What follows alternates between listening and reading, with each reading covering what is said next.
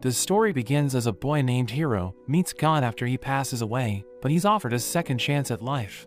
The God admits that he made a mistake, which caused Hiro to live a life filled with sickness and betrayal, and he asks Hiro if he has any requests. So he asks to try farming, because when he was in the hospital, he watched a show about an idol's farming experience. The god gets permission from the goddess of agriculture, and he gives Hiro an omnipotent farming tool before sending him to his new life. As Hiro wakes up in the new world, he's excited to finally have a healthy body, but he notices he's alone in a forest. He recalls that he asked to be away from civilization, but he thinks he's so far that no one will come there, and he realizes he doesn't have anything with him. He remembers the omnipotent farming tool that he was given, so he takes it out, and it turns out to be a hoe. He gets to work, and realizes he doesn't get tired no matter how much he swings the hoe, and it even plows through the ground like it's nothing. He starts to explore the forest, because he needs water and food, but he doesn't find anything. He knows he might run into a monster, so he decides to make a base around a huge tree, which he thinks will make a good landmark. He plans to dig a well since he can't find any water, so he takes out his omnipotent tool, and realizes it can take the form of any tool he wants. He starts to dig, and manages to find water on his first try, so he thinks he got lucky. He decides to look for food next, but notices he doesn't feel hungry, and thinks it's because of his omnipotent tool. He starts to build his base, as he looks for something he can eat, but he doesn't find anything, and he comes across a tree, which will get in the way when he starts to cultivate his field. He turns his farming tool into an axe, and comes up with a plan on how he should cut the tree, but as he takes a swing, his axe instantly slices through it. He runs as it crashes to the ground, and we see that it almost fell on him, but he's glad that he was able to bring it down in a single swing. He uses a hatchet to process the wood, and manages to make timber, but he realizes the sun is about to go down, and he can't turn his tool into a flashlight or a lamp. He decides to start a fire, but his tool won't turn into a match or a lighter, so he transforms it into a magnifying glass instead, but he realizes that the sun is already gone. He makes a hole in the trunk of a tree, and decides to stay there for the night, but he's surprised by how well he can see, and thinks it's because there are 2 moons in the sky. The next day, Hiro starts a fire early to make sure he doesn't forget it again, and he continues to clear the area for his field. He starts to feel hungry, and a giant rabbit suddenly attacks him, but he easily defeats it. He cooks it over his campfire, and realizes it doesn't taste good, but he's glad that he at least found something to eat. He makes a toilet, but he doesn't feel comfortable using it in the open, so he builds walls around it. After that, Hiro makes a field, and wonders what he should grow there, but he realizes he doesn't have any seeds. As he wakes up the next day, he's surprised to see plants growing from the field, even though he didn't plant anything, and he realizes it's because of the omnipotent farming tool. He decides to build a fence next, and he digs a trench around the field to protect it from monsters, as he hunts rabbits for food. He hopes that the plants growing in his fields turn out to be edible, because he would be disappointed if they were just flowers. He builds a hut as well, because he's tired of living in the tree trunk, and one day, he notices 2 injured dogs outside his fence, so he invites them in and feeds them some meat. He recalls that when he was a kid, he always wanted to have a dog, so he wouldn't mind if they stayed with him. He notices that one of them is pregnant, and she goes into labor, so he takes them to his hut. He wonders what he can do to help them, but he decides to just leave them there and goes to the trunk, because he thinks a human shouldn't be with them during such an important moment. The next day, Hiro returns to the hut, and he's glad to see that everything went smoothly, so he gives the parents boar meat to celebrate. After that, the dogs stay with him, and he builds a new house, since he doesn't want to kick them out of the hut where they're staying. The crops are finally ready to harvest, so he picks out the tomatoes, while the dogs hunt and patrol the area, but he's surprised that they also eat vegetables. He names the female dog Yuki, and the male one Kuro, and he knows he needs to make a storehouse for the vegetables, but he isn't worried, since he plans to take things nice and slow. God checks up on Hiro, and sees that he made another mistake by sending him to a forest filled with dangerous monsters, so he tries to call him back. But he recalls that he can't interfere when a person's life has already started, so he plans to apologize to Hiro when his soul returns. Meanwhile, Hiro has harvested a lot of vegetables, and he realized that thanks to the farming tool, he can grow any vegetable he likes as long as he thinks about it while plowing the field. The plants also grow at an incredible speed, and he notices that the potatoes have turned green from where the sun has hit them, so he thinks he should make a mound of dirt near the base of the plants. He built statues of the gods because they're the reason he has a new life, and he's also planted fruit trees, but he knows they take years to grow, so he needs to be patient. As he eats lunch, he thinks he has started to spoil the dogs, but he doesn't mind it as long as they're happy.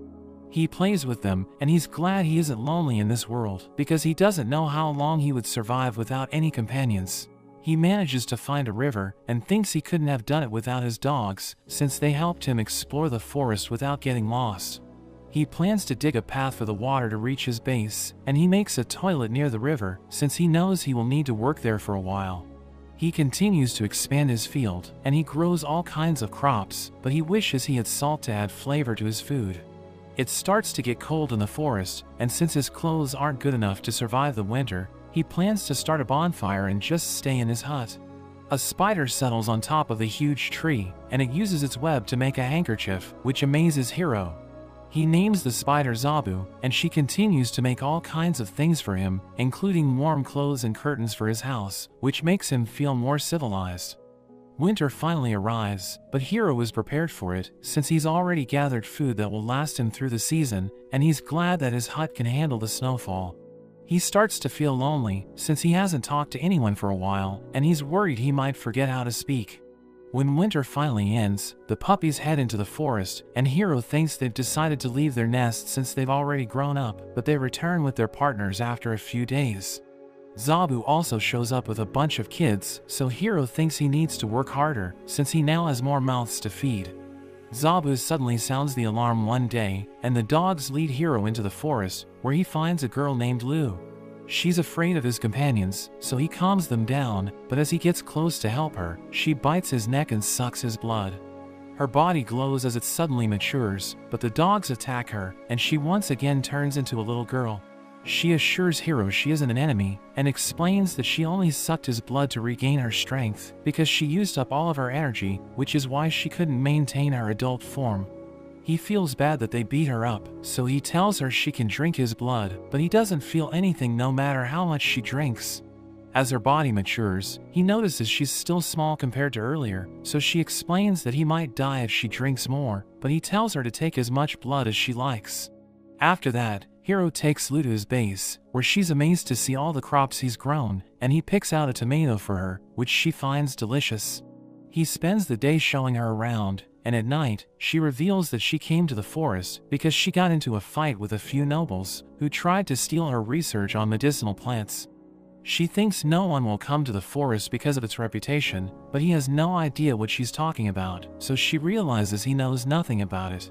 He knows he might never run into another person again, so he begs her to stay with him forever, but she reminds him she's a vampire, and notes that people are looking for her. He tells her he doesn't care, and explains that he came to the forest because he wasn't good at dealing with people, but he doesn't know how much longer he can survive living alone. She agrees to live with him, but notes that they just met, so he tells her they can get to know each other as they live together. She thinks he wants her to marry him, so he explains he just wants her to live with him since he's lonely, but she becomes upset, and reminds him that he told her to live with him forever. She wonders if she misunderstood it, so he tells her he meant everything he said, and begs her to stay with him again. She tells him to stop, because she already accepted his request, which makes him happy. The next day, Hiro wonders why Lu turns small, so she notes that it's for her own protection, because he won't think about touching her when she's in that state.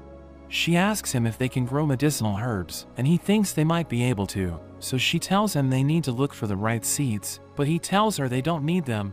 Hiro was glad Lu decided to live with him, because she used magic to light the place up, and even told him they're surrounded by salt, so he no longer needs to eat food without flavor.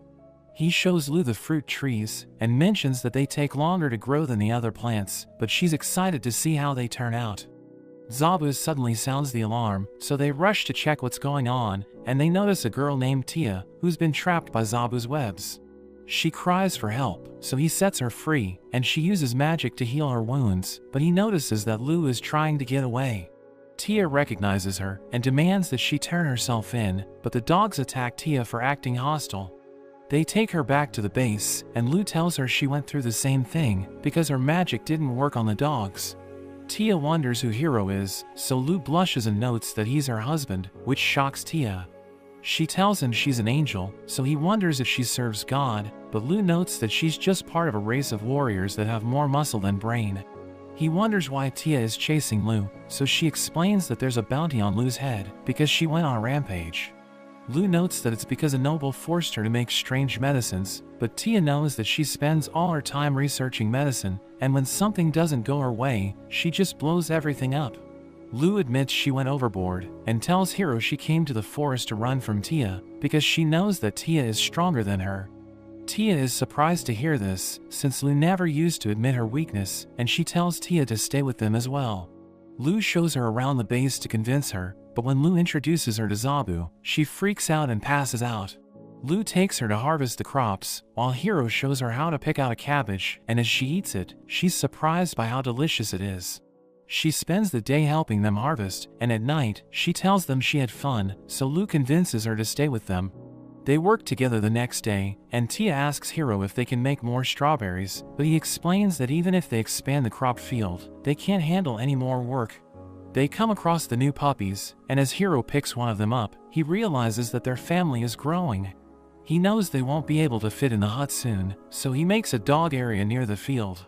But he sees that Zabu's children have left to start a new journey, and notices that a few of them are still there, so he plans to make a place for them as well. Tia tells him she needs to leave to take care of something, and as she flies away, Lu assures him she'll be back before they know it. Tia returns with a group of elves, and as they introduce themselves, Hiro is surprised by how similar their names are, so they explain it's because they're related. They note that Tia told them to come with her, and they ask for his permission to stay there, while Tia notes that they all share a tragic backstory. She reveals that their village was wiped out when they were dragged into a war by the humans, and they've been wandering around ever since, because they have nowhere else to go. They explain that they haven't been able to repopulate their race, because they couldn't find a place to call home, so Hiro tells them they can stay there if they get along with everyone else. They wonder who else lives there, so Lu introduces them to Zabu and the dogs, which causes them to pass out. After that, Hiro decides to build a huge house for them to stay in, and they see him cut down a tree in one swing, which makes them think he must be extremely strong. He knows they know more about construction than he does, so he just follows their instructions, and they complete the house in 10 days. Lu and Tia mention that the house is bigger than their hut, which makes Hiro jealous, but he's glad that he was able to learn their techniques.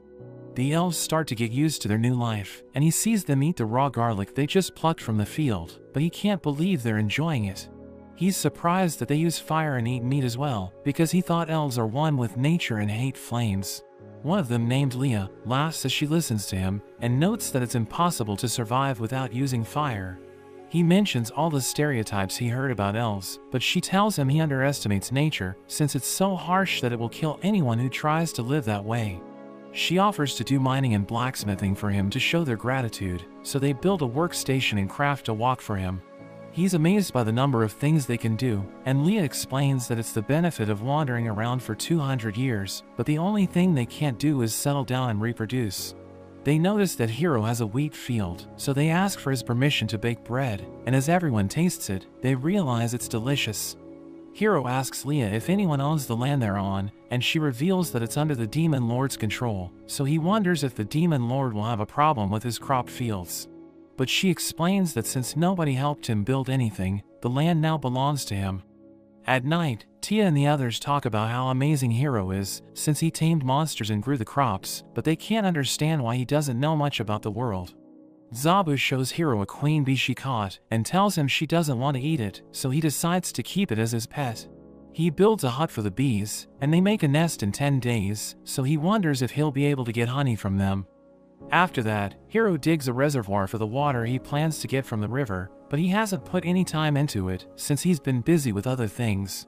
Leah asks him what he'll use to make the waterway, so he notes that it's usually made from stone, but she tells him it will be difficult to find stone in the forest. He thinks about using wood instead, but Leah notes that the gaps will cause water to leak, so he uses his farming tool on the dirt, and makes it as hard as concrete.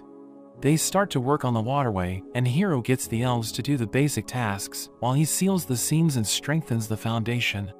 They manage to fill the reservoir, which also brings in fish from the river, and he thinks they're easy to catch. But a big one suddenly comes in through the waterway, so he cuts it up and cooks it. Lu and Tia aren't sure if it's edible, since it's from the forest of death, and he tells them to eat it, but they want him to take the first bite. He notes that it tastes like salmon, and everyone reluctantly tries it, but they're surprised by how delicious it is. Hiro tells them he plans to make a rice paddy, so he plows the field and fills it with water, but they don't understand what he's doing. He gives them seedlings to plant, and they have a hard time with it at first, but they eventually get the hang of it. The rice plants grow quickly, so the elves harvest them, and they get it done in the blink of an eye. He notes that they need to thresh the crops, so he copies a thresher he saw in a museum, and shows everyone how to use it. He also teaches how to cook the rice, but Lu thinks he's chanting a spell, since they don't understand what he's saying. He tells Lu to use her magic to light a fire, so she thinks it's her chance to show everyone how powerful she is, and prepares to destroy everything, but he tells her he just needs a small flame. He makes rice balls, and everyone finds them delicious, but when he prepares to eat, he notices that the elves have already taken all of them. After that, Hiro sees everyone clean themselves with magic, so he decides to build a bath, and tells everyone about his plan. They think they can just wash themselves in the river, but he explains that they'll freeze during the winter, and notes that taking a bath improves their health. As they work on the bathhouse, Hiro is worried about throwing their wastewater back into the river, so Tia tells him they can use slimes to clean the water, since they eat waste products. He thinks they're dangerous, but she tells him it isn't true, and leaves to find slimes for the bath. Hiro puts the slimes in the wastewater, and as he goes to get firewood for the bath, he notices a mushroom. He recalls that he hasn't eaten mushrooms, since he can't tell if they're poisonous, and he decides to grow the ones he's familiar with, but he forgets about the bath. After the bath is ready, Hiro tells everyone how to use it, but they don't understand what he's saying, so they ask him to show them instead. He removes his clothes and gets in the bath, but he zones out for a bit, because it's been a long time since he took a bath. Everyone suddenly joins him, and they enjoy the experience, but he's embarrassed since he's surrounded by girls. The next day, the dogs bring more elves to Hiro, and Leah reveals that they also lived in the same village, but it's been 200 years since they saw each other. He allows them to live there as well, so Leah notes that they should build a new house for them, and take the chance to improve his house as well. They're excited to work for him, and Leah mentions that they should also start having children, but Hiro wonders how they plan to do that. Kuro notices that Hiro's female companions are increasing in number, and he thinks about how before he met Hiro, he lived alone in the forest. He had never lost a fight to a male, and thought he could do whatever he liked, but everything changed when he lost to a girl. They started to travel together, and he got her pregnant, so he was excited to have a pack, but they got injured when they fought a grappler bear. They had trouble hunting because of their injuries, and eventually arrived at the center of the forest, where even the grappler bear was afraid to come.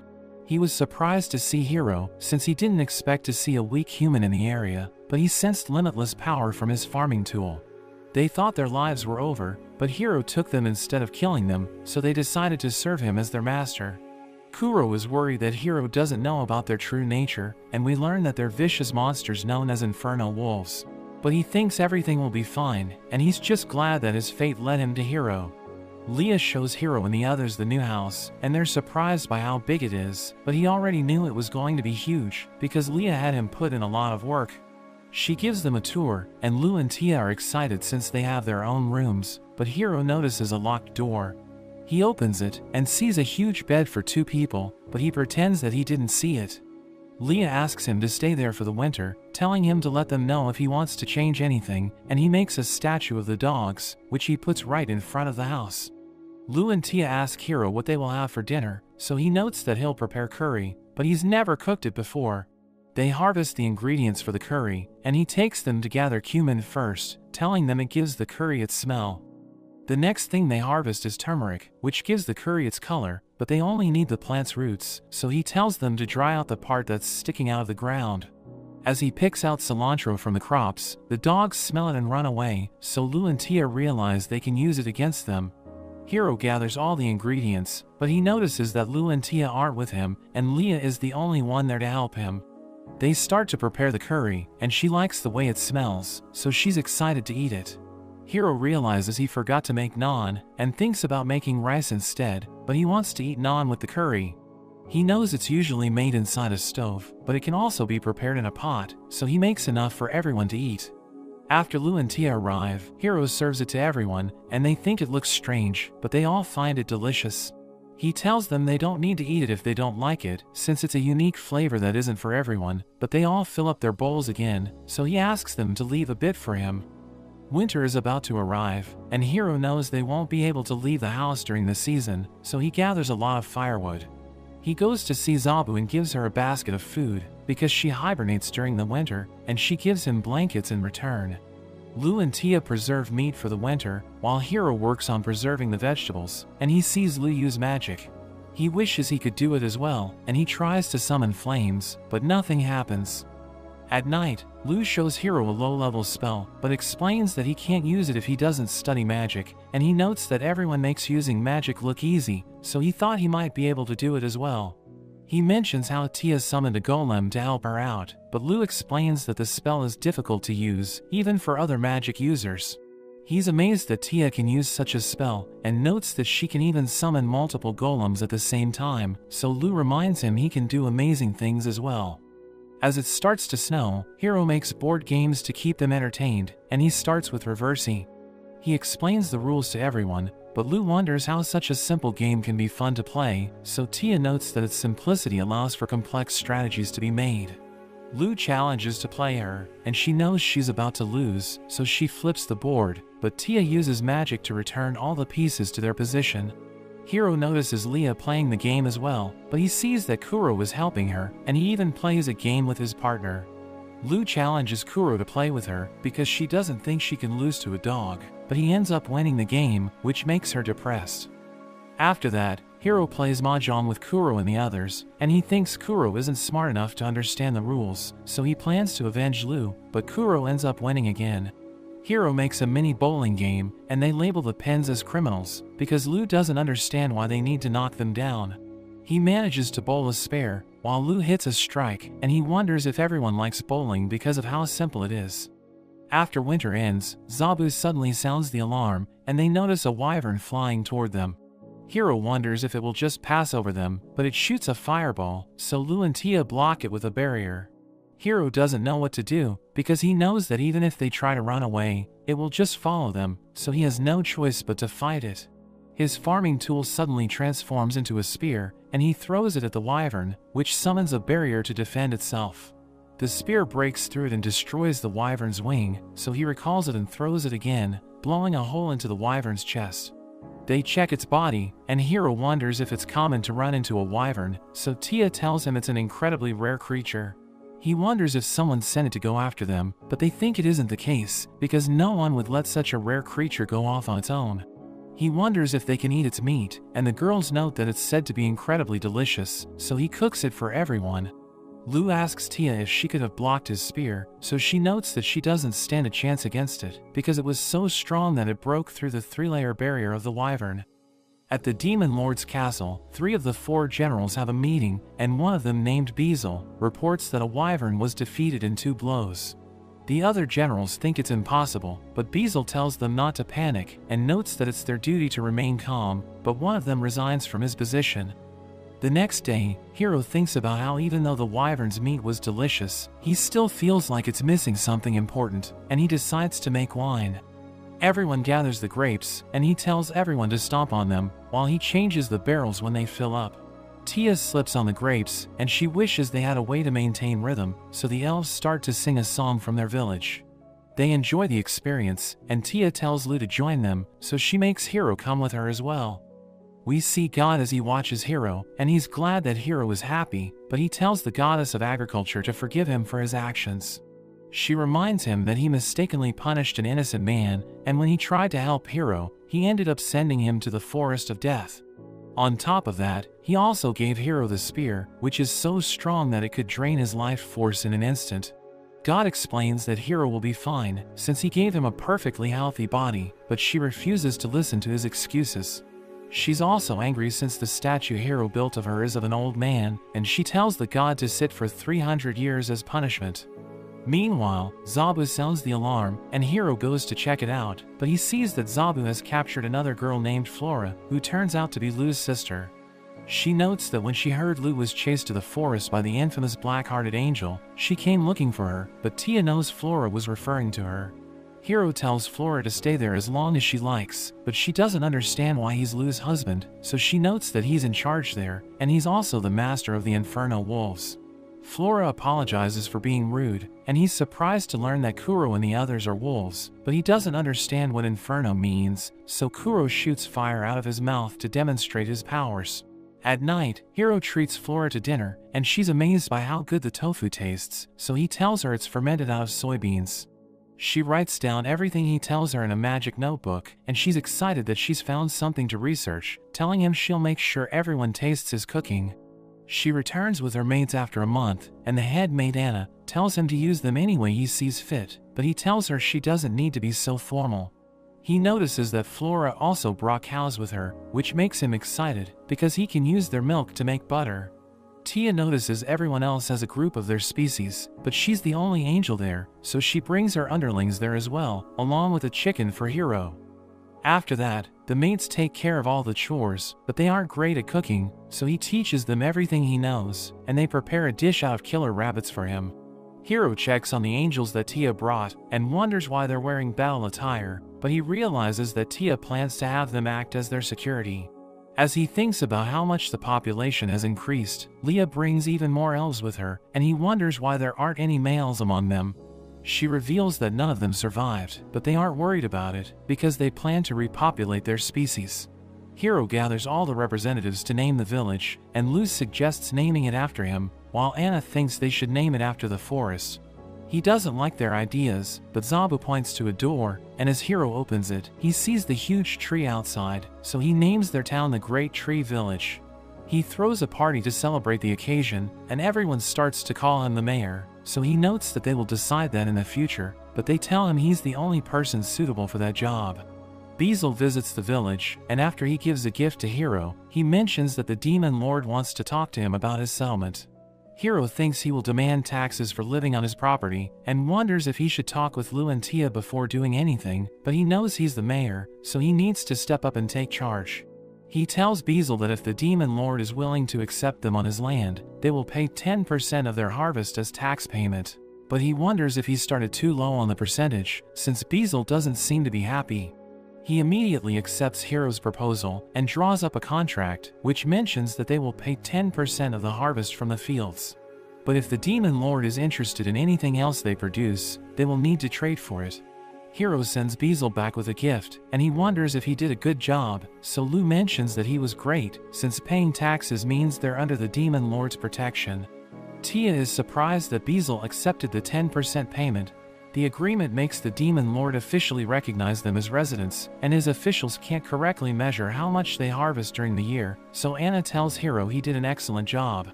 Lu checks out the gift Beazle gave Hiro, and realizes it's an almighty medicine that can heal any injury, so she's excited to use it. Meanwhile, Beazle tells the other generals that Hiro and his village are under their protection, which makes them wonder why Hiro would do that, since he's strong enough to take down a wyvern. They think Hiro might have a hidden motive, and Beazle explains that he had no choice but to accept his proposals, because the Vampire Queen and the Angel of Annihilation were with him. On top of that, Hiro had a pack of Inferno Wolves, as well as an army of High Elves, and the group that took him to see Hiro was a trio of killer angels. So he thought that if he didn't accept Hiro's offer, they would have executed him on the spot. He shows them the gift Hiro gave him, and one of them, named Gratz, realizes they're just apples, so he eats one of them. Beazle notices the clothes the apples were wrapped in, and realizes they were made by a great demon spider, and they can't believe it, because demon spiders are so powerful that the previous demon lord couldn't defeat them. The ruler of the dragons, named Drime, visit Hiro with a man named Gucci, and they give him a gift, but he wonders what they're doing there. Gucci notes that Drime's lair is south of their village, and even though they're quite far apart, they still consider him their neighbor, which is why they have come to offer a formal greeting. Hiro wants to invite them inside, but Drime is too huge to fit in his house, so Gucci tells him to transform into his human form. As Drime drinks alcohol, he tells Gucci he wants to stay there, but he reminds Drime that he needs to protect their home. He notes that he can intercept any attackers from there, but Gucci tells him they can't overstay their welcome, so they end up flying back. The next day, Hiro tells Leah and one of the High Elves named Lafa that he plans to build a guest house that can fit 4 people, but they tell him that won't work. They explain that people need to climb mountains and cross the forest to reach their village, so they will usually come in huge numbers, which is why the guest house must be big enough to accommodate 30 people.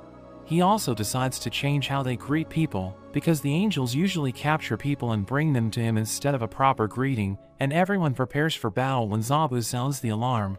They make a different bell for when they have visitors, and he plans to greet the guests with Lu and Tia. But Anna and the leader of the lizard men named Daga explain that their enemies might try to sneak in with the visitors, so he adds more people to the welcoming party. He tells Flora to watch the guests who stay there until nightfall, but she offers to watch them the whole time instead, and he realizes she and Lu can go without sleeping for several days. After that, a group of people visits the village, and their representative Garf reveals that they're from another village called Howling, and explains that they have come to build connections. Lu asks him if he has other companions, so he explains that he doesn't, but the dogs catch the ones hiding behind the trees. He apologizes and explains that they got left behind, but she warns them to be on their best behavior, since there are dangerous people in the village. They head to the guest house, and the maids welcome them, but Tia suddenly locks the door. She notes that everyone who has come there has brought gifts, but Garf and the others came empty-handed, so they will be treated with less hospitality. Hiro notices the food being served to them is basic, so Anna explains that it's because they didn't bring any gifts, and she doesn't want to serve them wine, but he makes sure they get at least 2 glasses per person. He feels sorry for them, but Tia tells him to get rid of such emotions, because they need to find out what they're after. Hiro asks Garf about the Howling Village, and he learns that they survive by hunting and mining, but they're in trouble because their relation to the human village they trade with has become unstable. They're looking for someone else to trade with, and Garf mentions that they want to deal with physical objects instead of money, because their village doesn't have any currency. He wants Hiro and the others to come to their village to get the materials, since it was incredibly difficult for them to get there, but Hiro explains that they will face the same issue as well. Garf notes that they know how to navigate the forest better, because they've been living there for a long time, and Hiro accepts his proposal, since he can just have Kuro and the others carry the materials. Hiro asks him what he wants to trade, so he notes that they plan to give objects made from ores in exchange for food, and Hiro accepts the deal. As they prepare to leave, Garf apologizes since they didn't bring a gift, and explains that they don't have that custom. He promises to get them something next time, even though it won't be something fancy since their village is poor, but Hiro tells him it's the thought that counts. After that, Tia and her lizard men decide to go to the Howling Village, and Hiro wants to join them, but Lu notes that they can't just send their leader the first time they visit a new place. It usually takes 10 days to get there, but Drime agrees to carry them in exchange for a barrel of wine, and even though he's been visiting them often, no one minds since he always brings gifts. As Tia and the others return, she mentions that the people of the Howling Village were scared of them at first, but everyone started to gather around them when they offered free samples. Drime is sad because she also gave them his wine, but Hiro tells him he can drink as much as he likes during dinner, which cheers him up. Tia notes that the mayor of the Howling Village wants to send 20 women to live with them, but he thinks their village won't have a future if they have no men, so he agrees to the request if they also send young men. One of the girls from the Howling Village named Senna tells Hiro to use them any way he likes, as long as he doesn't abandon them. He tells them to make themselves at home, and assures them he will never kick them out, but he asks her about the men he requested. She reveals that she brought 3 of them, but he sees that they're just kids, so the elves realize they need to wait for them to grow up. Senna and the others get comfortable with their new home, and as she uses magic to save a kid from falling, Hiro realizes he and the kids are the only ones who can't use magic. The ground suddenly starts to shake, which makes him wonder if it's an earthquake, but one of the angels, Gran Maria, tells him a grappler bear and a viper snake are fighting in the forest. She notes that if they keep fighting, it will affect the village, and she explains that they can't jump in without a plan, but he asks her if the monsters can be eaten. She carries him to the monsters, and she thinks they should get back up before engaging, but he tells her to fly close to them, and he instantly cuts them down. He drags them back to the village, where he cooks the bear in wine, which makes everyone think he's wasting the precious wine they worked hard for, but he assures them it's a normal way of cooking. He fries the snake, and he's surprised that it tastes like fried chicken, but he feels like something is missing. He goes to meet Flora and asks her if she has anything that can eliminate microorganisms, so she gives him a bottle that will do the job. He asks her how the preparation of miso is going, so she notes that she did everything he told her, but still hasn't made progress. The explosions from the process have destroyed her hut 3 times, so he decides to help her, and he gets eggs from the henhouse, which he uses to make mayonnaise first. After that, they start to simmer the soybeans they soaked in water, and he makes the koji mold with his farming tool. They mix the koji with salt and make balls, but Hiro tells her they need to let it age in the cellar for a few months, because it will make the flavor more intense. They're interrupted by Lou, who reveals that a group of dwarves led by a man named Donovan has come to visit them. Hiro goes to meet them, and Donovan asks him to give them alcohol, but Tia and Lou tell Hiro they can't give away their wine for free. Donovan explains that they don't have money, but they have the technology to make alcohol out of their crops, which excites everyone. The dwarves make whiskey out of the crops, and as Hiro takes a sip, he realizes it's stronger than wine. The dwarves stay in the village to work as brewers, and once they have made enough alcohol, Hiro throws a party. Drime joins them as well, and once he gets drunk, he notes that he'll show them their new technique, but Gucci drags him out. Hiro asks Donovan if he likes any of the women in their village, but he notes that they're too young, and they aren't for him if they can't grow a beard. The next day, Hiro notices a dragon on its way to their village, so he prepares to launch his spear at it, but Drime attacks it first. Another dragon arrives at the scene, and Hiro throws his spear, but he misses, so he prepares to attack again, but Gucci stops him since they aren't enemies. They transform into their human form, and Hiro learns they're Drime's wife and daughter, who followed him since he's been sneaking out at night. He assures them he's there on diplomatic business, but his wife Gerlun thinks he's hiding something, so he asks them if they really think he has the courage to have an affair, which puts them at ease. Hiro apologizes for attacking them, but Drime notes that it's their fault, so he makes his wife and daughter apologize to him.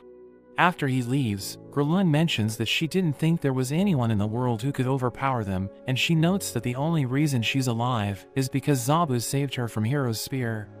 We learn that Zabu is her old friend, and she tells her daughter Losty to stay with Hiro since they need to make sure he never turns against them. Hiro has no problem with her living with them, but she keeps breaking things because of her dragon strength, so he doesn't know what work to give her. He notices Kuro hiding behind him, so Tia explains that the animals are afraid of dragons, but notes that in addition to their great power, they also have knowledge and wisdom. Beazle returns to the village, and he meets Losty, who notes that she's in charge of the diplomatic relations. He explains that he's there to ask for oranges, but she tells him they're low on supply, and he accepts anything she gives him. Beazle tells the other generals that Hiro has a dragon with him as well, and they think they should send a spy to his village, but Beazle notes that he has a plan. He tells his daughter Florim to go to the Great Tree Village and warns her to keep her safety in mind, but she assures him she'll be fine. Florim heads to the village, where Losty greets her, and she's surprised that such a powerful dragon is there. She starts to show Florim around, but she needs to leave since a visitor from Howling has arrived, so Florim thinks it's her chance to analyze the village's strength. She's shocked to see the powerful people in the village, and thinks Losty is strong enough to lead such a powerful organization, but she knows she isn't their leader. Hiro runs into her and asks her if she's lost, but she doesn't understand what a human is doing there. She thinks he's weak, so she tells him he doesn't need to worry about her, but Losty tells her he's their mayor, and notes that he's strong enough to defeat her. Florim can't believe it, and realizes she was rude to him, so she starts to help around the village, and she greets him properly when she sees him again. The slime Tia brought starts to multiply, and Hiro doesn't pay much attention to it since it's harmless, but one of them drinks a whole barrel of wine, which annoys everyone.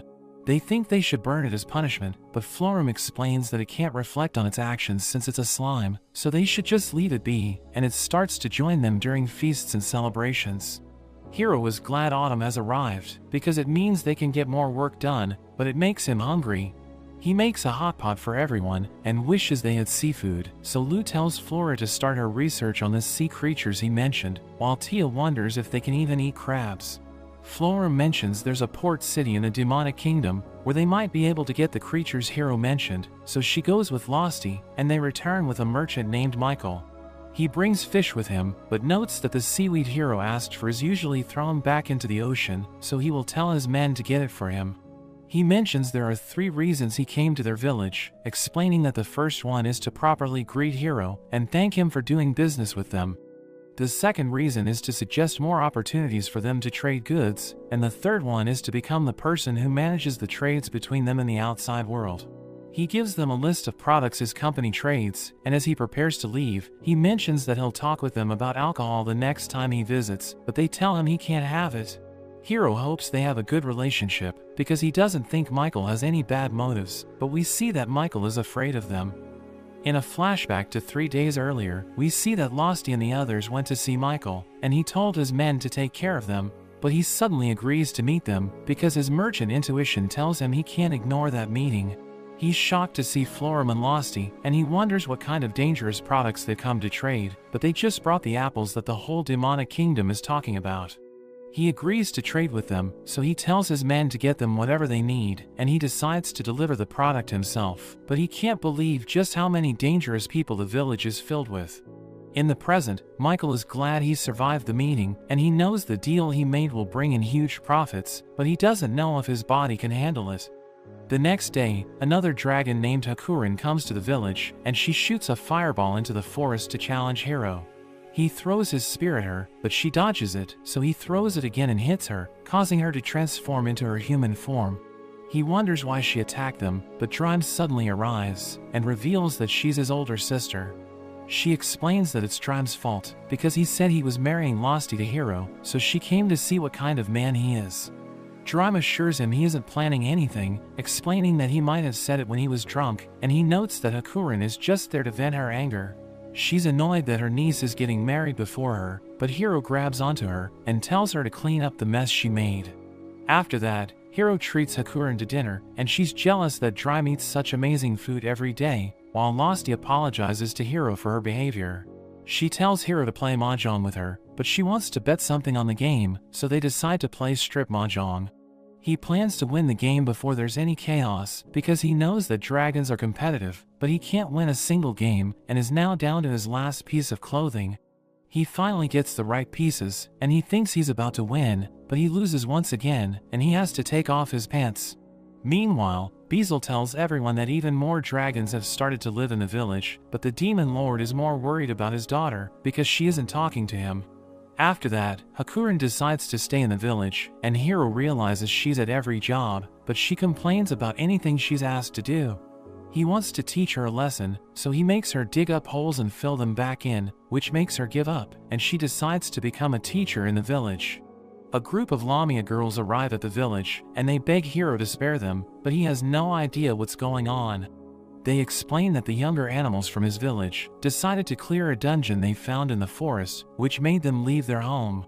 After discussing what to do with Florum, he decides to trade the gems they've mined for food, and he tells them to wear clothes the next time they visit.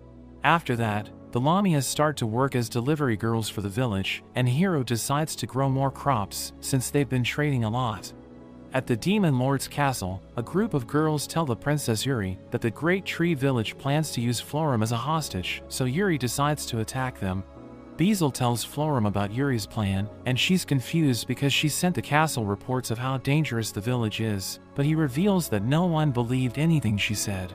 He tried to convince the Demon Lord to stop Yuri, but he's too soft on his daughter, so Florum needs to stop the invasion. She knows that if the wrong people in the village learn about the attack, they will destroy the demonic kingdom, so she thinks she needs to stop the invasion without the village's forces. The next day, Florum orders the Lamia to attack Yuri's army, and the soldiers realize they don't stand a chance, so they immediately surrender. Florum makes the girls who convinced Yuri to attack the village stay there, and she tells Hiro he can dispose of them if they do anything suspicious. She adds that Yuri will stay with them as well, so that she can observe how things work in the village, because she thinks the conditions must be harsh. After he leaves, Florum tells everyone to make sure no one finds out they tried to attack the village, which is why Yuri won't get any special treatment. She shows them around, and Losty introduces herself to Yuri, but the girls think they'll be the country's laughingstock if they stay there. They try to run away, but they're caught by the wolves and Zabu, which makes them realize they can't escape. Florum shows Yuri the Inferno wolves, and she's surprised that she can play with them, because they're supposed to be vicious beasts. Florum asks her why she tried to attack the village, even though she warned them not to get involved, so Yuri notes that it's her fault, since she vanished without saying anything. She heard that Florum was taken hostage, which is why she came to save her, and she's annoyed that Florum is acting like they aren't childhood friends, so she assures Yuri she'll explain everything. At night, Hiro is glad that Yuri and the others have adapted to the village's lifestyle, and he wonders why Lu's height hasn't changed throughout the day, so she explains that her transformation magic isn't working. The next day, Yuri decides to do farm work, which surprises her followers, but she makes them help as well. She prepares to leave the village, and Senna gives her a basket of food made from the wheat they harvested together, but the other girls decide to stay there, since they want to repay everyone's kindness. At the castle, the Demon Lord tells Beezle that Yuri has been acting strange ever since she returned, and Beezle notes that she has matured, but the Demon Lord wonders if she met a man. After a while, everyone harvests their pre-winter crop, but Hiro realizes their crops no longer fit in the storage house. He tells Losty and Hakurin they can give the extra food to their parents, so Losty drops it off at Drime's house, and she also takes the crops to Michael for trading. He tells her about a monster that attacks their trade vessels, so she defeats it and takes its meat back to the village. Hakurin carries the crops to her parents, but on her way back, she finds a group of mountain elves and brings them back to the village. Their leader Yao tells Hiro they live in the mountains, but they've been having trouble finding food, which is why Hakurin brought them there. Yao notes that they will leave if Hiro doesn't want to have them, but he tells them he's just thinking about where they will sleep until he builds a house for them, which makes them happy. Yao mentions that they will at least hunt their own food, but she can't catch anything, and Hiro tells her not to hurt herself. She notices that he's trying to make pottery, but the soil that he has isn't good for it, so she finds better quality soil and makes different items for him. Leah tells Hiro that Yao has found a new dungeon in the forest, and she thinks it must be dangerous, but they send a team to investigate it. At night, as Hiro takes a bath, Florum catches the girls who came with Yuri outside the bathhouse, and they tell Florum they plan to wash his back to get on his good side, but she convinces them not to do it. As the survey team returns, they tell Hiro they found a bloody viper in the dungeon, and they suggest sending an extermination team to get its meat. He wonders if it's important, so Yao notes that it improves the relationship between husband and wife, and it's also said to bless people with children, but he explains that they need to talk to everyone before they make a decision. Lu suddenly gets sick, but she assures everyone she's fine, and notes that she's been craving sour foods. Senna mentions that someone in the Howling Village had the same symptoms, and Hiro wonders what happened to them, so she reveals that they had a baby, which shocks everyone. As Hiro wakes up, he runs into Lu and asks her if she's okay, so she tells him he doesn't need to worry about her. He thinks about how he wakes up at noon, because Anna and the other maids insist on waking up before him, and Anna tells him it's his job to keep an eye on things around the house. She mentions that the wine slime broke in last night, and drank an entire barrel of wine, but they had put that barrel to make sure it doesn't get near the other barrels, so he's glad their plan worked. It's time for breakfast, but everyone can't fit in the dining hall, so they split into 3 groups. He notices that Flora is tired, and she explains it's because she hasn't made any progress in making miso, but he tells her to rest. Gran Maria tells him the killer rabbits tried to break in yesterday, but Kuro and the others caught them, and she doesn't mind them trying to sneak in, because it gives them more meat to eat. He thinks about how the angels are incredibly lazy when they're off duty, and they can't do any chores, but they make up for it by protecting the village. Hiro goes to work on the crops, but he finds pests, so he turns his farming tool into a watering can and showers them with water, which makes them go away. During their break, he thinks about how eating lunch isn't a normal thing in this world, so Leah and the High Elves were hesitant to eat breakfast at first. Senna and the others thought they were about to be kicked out for eating as much as they like, but he thinks they were overreacting, and he wants to make sure they never worry about food. Daga tells him the cow has given birth to calves, which is why he needs more food for them, while Leah and Tia note that the storage house is about to be full, so they should give more of their products to Michael. Hiro goes back to work, and he's glad he has more people to help him, but he's the only one who plants new crops with his farming tool. The villagers also ask him to make all kinds of things, and even though he doesn't have any experience in construction, the farming tool allows him to make anything. After that, he joins the others in battle training, and hears Anna talking about how they need to work hard, since they've been eating a lot after coming to the village. He picks up a sword and tries to train, but he struggles to wield it, so he asks Yao to give him a knife, but he can't use it either. He realizes he isn't good with normal weapons, so he decides to just stick to his spear. At night, Anna presents a new dish to Hiro for dinner, but Lu thinks it's too sweet, so he tells Anna she should only serve dishes she's confident in. She refuses the idea, because she hates to waste food, so he tries the dish, and it tastes horrible, but he acts like it's good. Florum gives him a letter from Yuri, who wants to eat more apples, and she asks him to send her more clothes made by Zabu. After that, Hiro takes a bath, and as he goes to his bedroom, he knows the elves are watching him, so he yells for help, which makes all of them come out. He thinks they just want to keep him safe, so he goes to bed, as he thinks about how happy he is with his new life, and he thanks God for reincarnating him. The next day, Hiro visits the dwarves, and he always thought they were drunkards, but he's surprised by how seriously they take their jobs. He tries a new batch of the alcohol they made, and even though he likes it, Donovan doesn't think it's good, and he tells Hiro they need 3 times the amount of grapes they're harvesting. Senna rushes to get Hiro, because a strange man is bowing to the statues of the gods, but Lou recognizes him as the progenitor of the vampires named Vargrai. Hiro wonders what a progenitor is, so she tells him he's like their grandfather, and he reveals that he's 4,000 years old, saying the secret to living such a long life is to occasionally erase his memories. He apologizes for entering their village without a proper greeting, and he reveals that he planned to look around quietly and leave, but he was drawn in by the statues of the gods. He reveals that he met God when he was born, and he has been trying to create a statue of him ever since, but he's never made anything as amazing as the statue they have. Hiro notes that he can't give it away, which disappoints him, but Hiro makes another statue for him, and he asks Hiro for its price. He refuses to take anything for it, since God isn't something that should be used to make money, so Vargrai promises to pay him another way. Vargrai goes to a temple, where he tells the priest to put the statue in the best place, and the priest is hesitant at first, but he realizes it's a masterpiece, so he agrees to put it in the temple. He thinks they should honor its creator, but Vargrai doesn't want to affect Hiro's peaceful life, so he tells the priest to inform all the other temples that they should respect Hiro in his village. Vargrai sends a piano to the Great Tree Village, and the girls from the demonic kingdom realize it's from a large temple, so they try to play it, but they're afraid they might break it. They ask Hiro to get them an old piano to practice on, so he gets one from Michael, and everyone likes it so much that they play it all the time, but he wishes they would stop at night, since it's making it hard for him to sleep. Hiro tells everyone to take a break, and Lou tells him to relax as well, or else he might collapse. She reveals that the girls have told her to exercise a little, and notes that a few of them have already given birth, which makes him relieved, since he knows nothing about it. At night, Tia and the others ask Lou if she needs anything, so she notes that she's fine, but the only thing hard for her is that she can't drink anymore. The next day, they tell Hiro to sell all the alcohol, because they want to stop drinking it for Lou.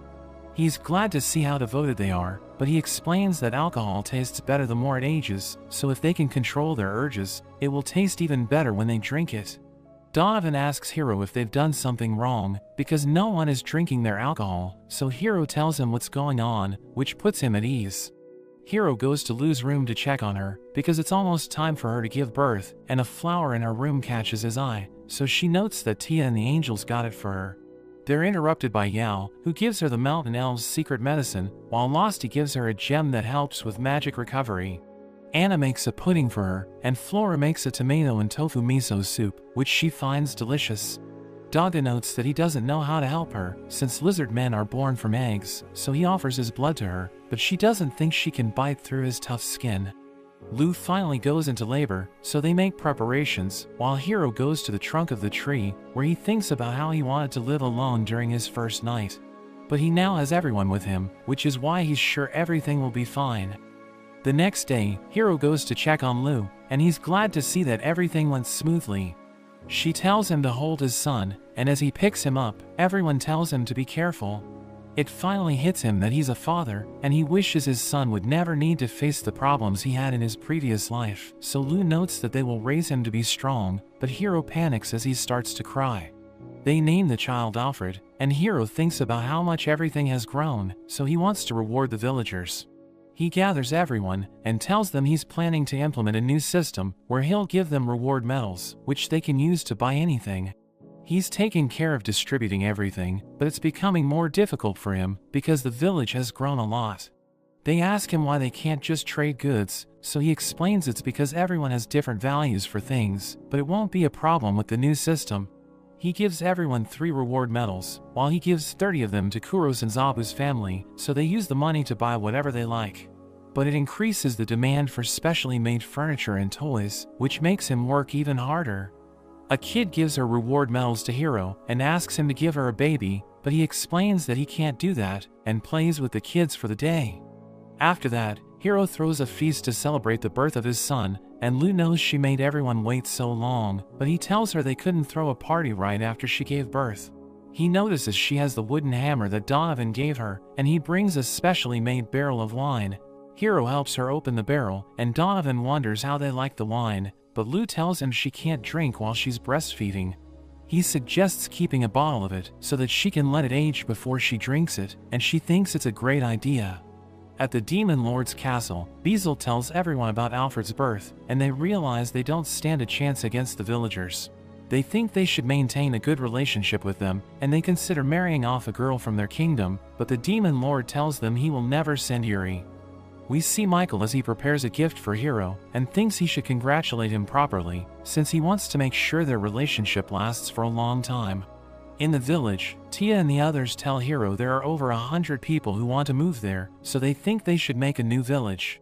He explains that it will be a lot of work, but they don't mind it, because they want to make everyone happy. Hiro thinks about how everyone's busier than usual, because a lot of new people are about to come and live with them, so they're working hard to make a new village. Anna serves them lunch, and he's excited to try it since it's a new dish, but Tia thinks they should share it with everyone, so he mentions that he'll give it to them. As he goes to check on everyone, he sees that they're all buried in work, and he tries to give them food, but they tell him they don't have time to eat. Hakurin touches Losty's nose with a feather, which makes her sneeze, and it blows up the documents in front of them. Everyone can't believe what just happened, but Hiro calms them down, and notes that Florum is getting more people to help them. She arrives with girls from the demonic kingdom, and before Hiro leaves, he tells her to give everyone the food he brought after they calm down. Gran Maria reports that she has scouted the area, and she didn't find anything dangerous, while Leah tells Hiro she sent her out, and notes that they should check out the spot for the new village. He wonders if he should pack a meal for the road, but she tells him not to worry about it, since they aren't going too far. She mentions that they will make the new village downstream, but it will be far from the river, so that the villagers can't seize control of it. He doesn't understand what she's talking about, so she notes that she's taking precautions in case there's a rebellion, and tells him they need to be prepared for anything. After that, everyone tries to clear the forest to make a road between the two villages, but they can't even cut down a single tree. Hiro transforms his almighty farming tool into an axe, and cuts down the trees to clear a path to the river, where they build a bridge. He thinks it's too small, but Leah explains that if they make it too wide, monsters will be able to cross the river. Hiro clears the area for the new village, and they build irrigation ducts as well, but Daga tells Hiro to rest while the others do the work for him. Hiro builds a statue of Zabu, and wonders if he should make it bigger, but Lou reminds him he's supposed to be resting. He thinks about how hard he had to work when he was alone, since he didn't even have nails, so he's glad everyone's there to help him. Hiro realizes everything's going smoothly, and Leah asks him if he knows how many people will stay there, but he tells her he has no idea. They're interrupted by Gran Maria, who gives them a message from Drime, which mentions that he's currently bringing the new residents. As Drime arrives, Hiro notes that he should have at least sent a messenger, so he explains that he sent a wyvern, but he ended up getting there first. He introduces the Minotaurs who are about to move there, which surprises Hiro, because he expected them to look like monsters. Their leader Gordon introduces himself to Hiro, and mentions that they've been exiled from their village, so they were wandering around looking for help. Drime notes that they're struggling to support their children, which is why he brought them there as soon as possible, and Hiro tells Anna to prepare food for them. She makes rice porridge, and he wonders if there's something the Minotaurs can eat, but no one knows anything about their kind. A lizard man named Narf mentions that he used to live with Minotaurs, so he talks to them and makes them feel comfortable.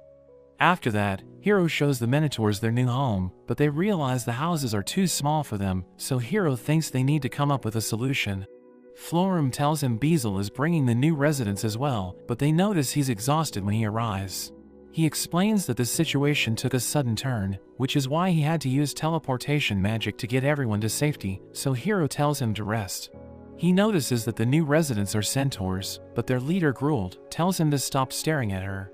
She introduces herself as a relative of a viscount and tells him to make arrangements, but a girl named Letitia explains that everyone's busy at the moment. Gruel tells them to do something about it, but Letitia reminds her that she came there looking for help, so she needs to change her attitude. Gruel becomes angry hearing this, but Letitia reveals that she's the daughter of Count Daura, so Gruel realizes she's nothing compared to her and apologizes for being rude. Letitia asks Hero to let her help them, since they're connected to her family, but he wonders if everything's okay at her home, because the war might create refugees, but she tells him it's nothing to worry about. They take the centaurs to their new home, but the houses are too small for them as well, so they ask the Lamia to let the centaurs stay with them while they think of a solution.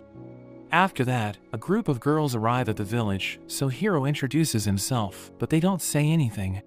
The tree stump they're holding starts to talk, and she introduces herself as their representative Igu.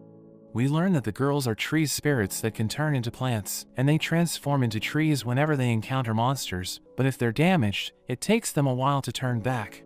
He wonders why Igu turned into a tree stump, so she explains that it allows her to travel easily, and notes that their lands suffered after the humans cut most of the trees.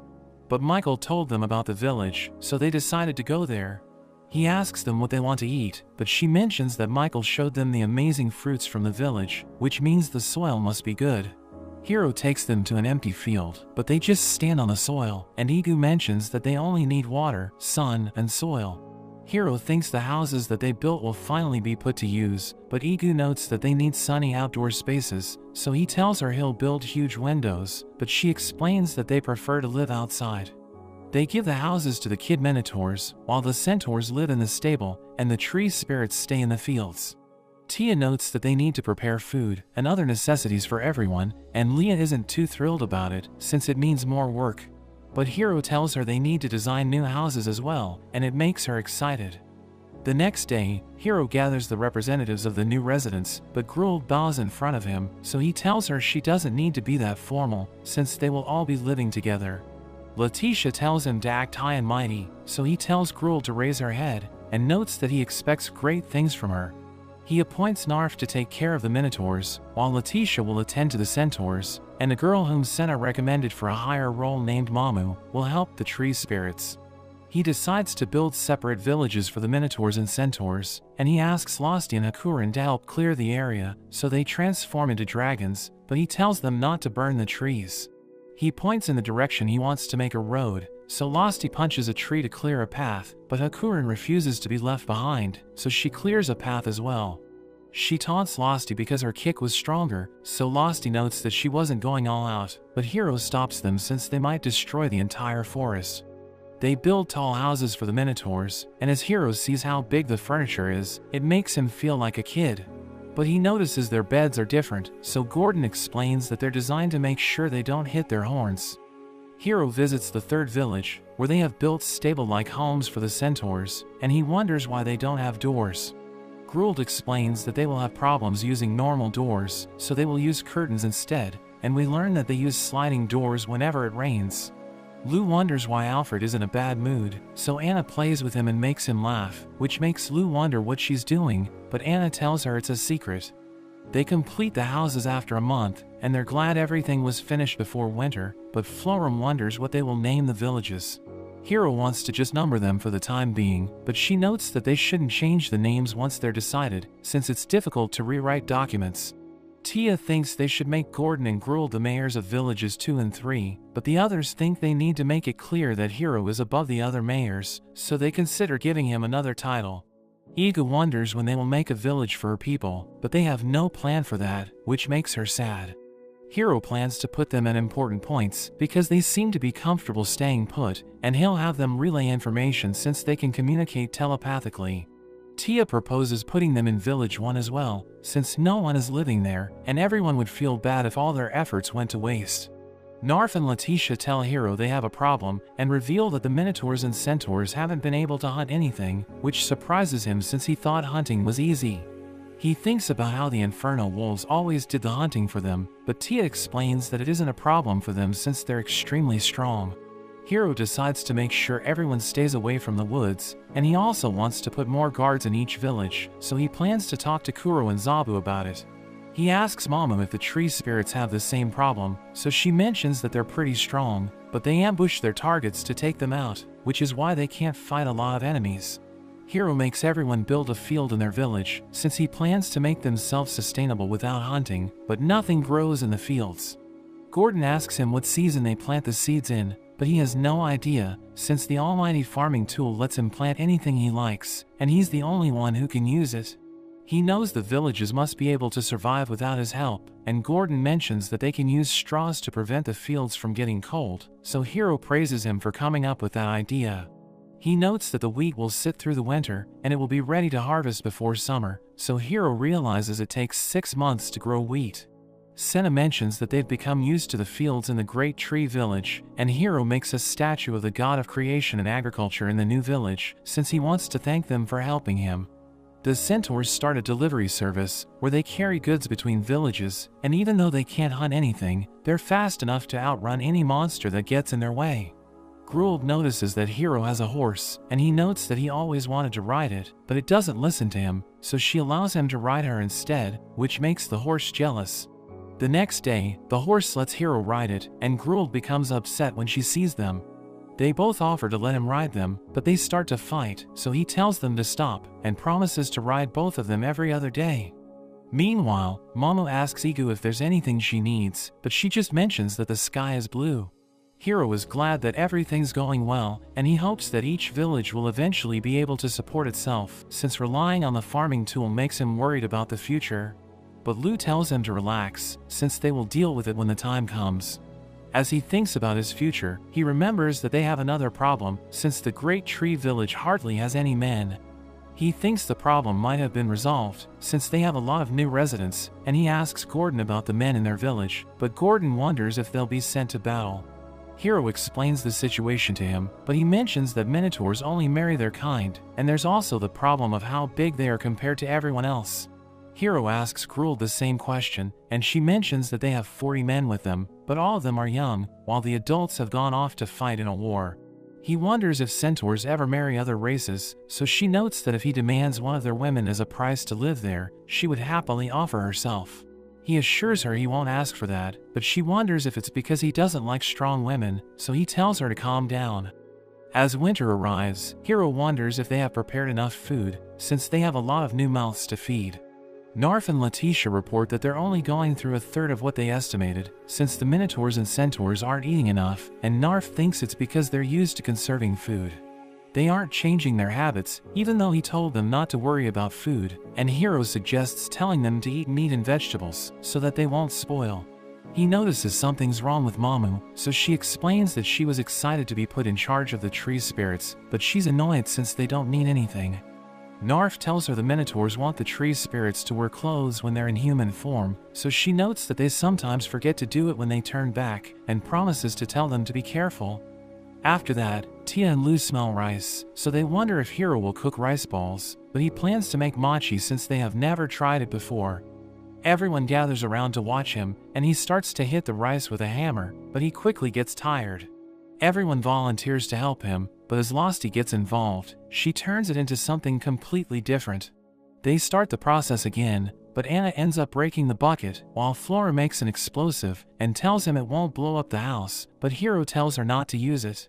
They eventually finish the mochi, and everyone finds it delicious, but Flora ends up burning her mouth, since she didn't think it would be so hot. Leah puts herbs on the mochi, and she's glad they like it, since it was difficult to get them. Mochi making becomes a form of exercise during winter, and Gordon excels at it, so he tells them that instead of using force, they should just lift the hammer and let it fall. After that, Gratz arrives in the village, and he proposes to a minotaur named Roanna, but they don't even know each other, so he removes his helmet and introduces himself. Beazle explains that Gratz wanted to come there to check everything out, since their relation with the village is important for the kingdom, but he fell in love with Roanna at first sight.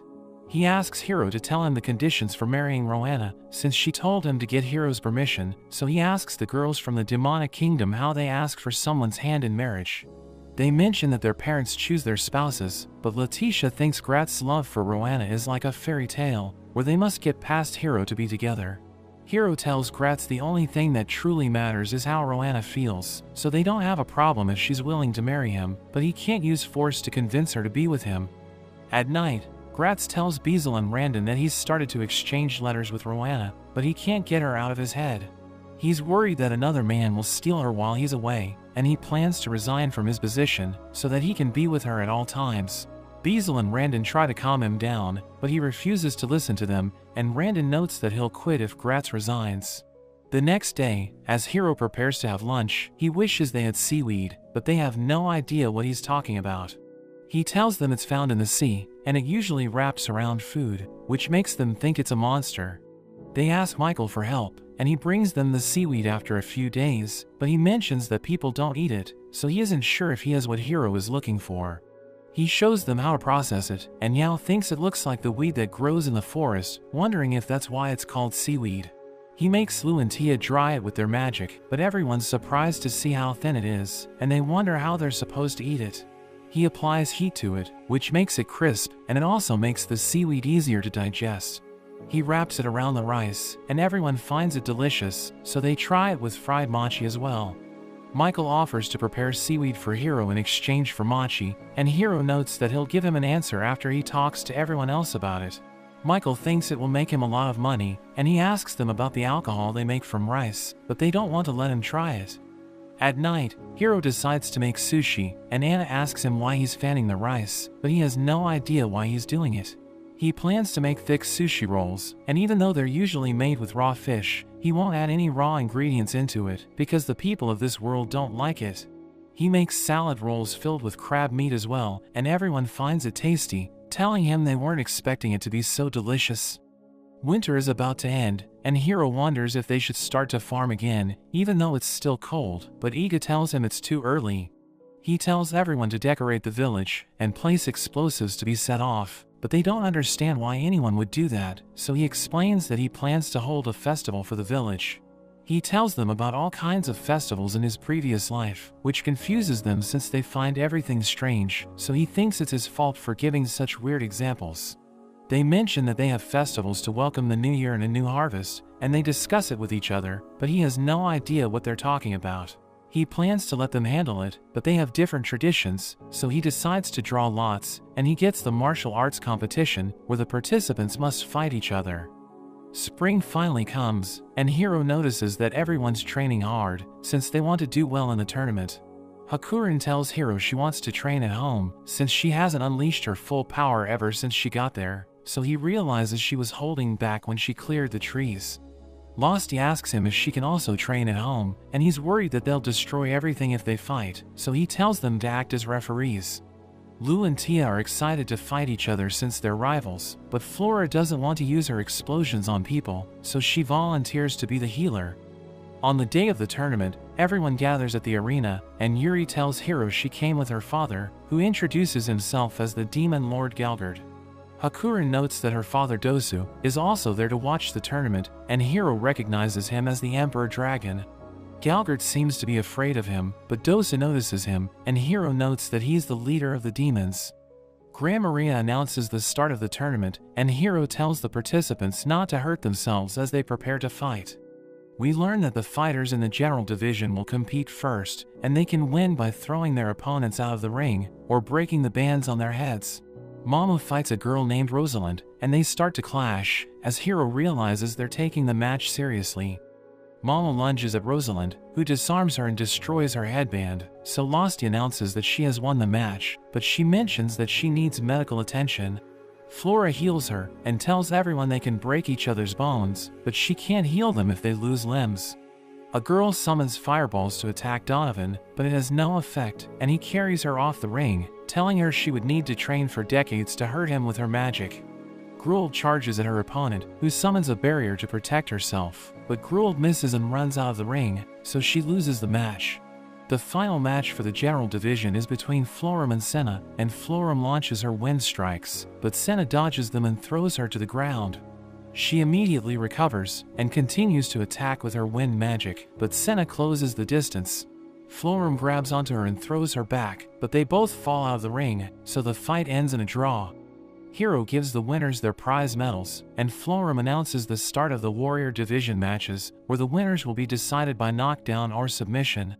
Lamia prepares to fight an Inferno Wolf, but we see that she's nervous since she still remembers how the wolves raided her lair. The wolf summons a firewall, but she jumps over it and restrains the wolf, telling it to surrender. It suddenly glows as it takes on its true form, and she freaks out when she sees it, so she admits defeat. Daga is up against Zabu's kid Makura, who dodges his attacks and restrains him, forcing him to surrender. The next match is between Garf and Yao, and Garf controls the fight with his speed, as Hero realizes that Yao's weapon puts her at a disadvantage, but she charges up her hammer and sends Garf flying. He almost falls out of the ring, and she knows she can't win, so she concedes the fight. Leah prepares to fight Gran Maria, who explains that she isn't using her spear since she has decided to hold back, but Leah activates her invisibility and attacks her from all directions. Gran Maria starts to fly, but she still can't find Leah, who jumps after her and smashes her to the ground. Leah catches her in an arm lock and tells her to give up, but she starts to lift Leah with her brute strength, so Leah activates her trump card. They both get struck by lightning, but neither of them can get back up, so the fight ends in a tie. Tia and Lu both fight angels, and they crush their opponents, so they proceed to the next round. As they prepare for their match, Lu changes into her battle gear, since she wants to fight Tia with everything she's got. They start to fight, but Hero can't understand what's happening, so he takes out his almighty tool. He realizes it allows him to see their movements, since it improves his physical abilities, and Lu uses her magic to push Tia to the ground. She punches her in the face, but Tia hits her back, and they continue to trade blows, as Hero realizes they're having fun. Tia comes out on top, but Lu starts to cry, and notes that Tia is bullying her. Tia proceeds to the final match, but she freaks out when she sees that it's Makura, who immediately restrains her to win the fight. Hero congratulates Makura on winning the Warrior Division, and praises the competitors for putting on a good show, but Hakuren and Losty also want to fight, so he allows them to have a mock battle. Everyone feels a shockwave as they unleash their powers, and their fight creates a massive explosion, which ends up destroying the arena. Hakuren wins the match, and Lu is upset since their battle caused so much damage, but Hero is just glad that everyone enjoyed the festival. But that's where this video ends. Remember to like and subscribe to the channel. Thanks for watching, and I'll see you next time.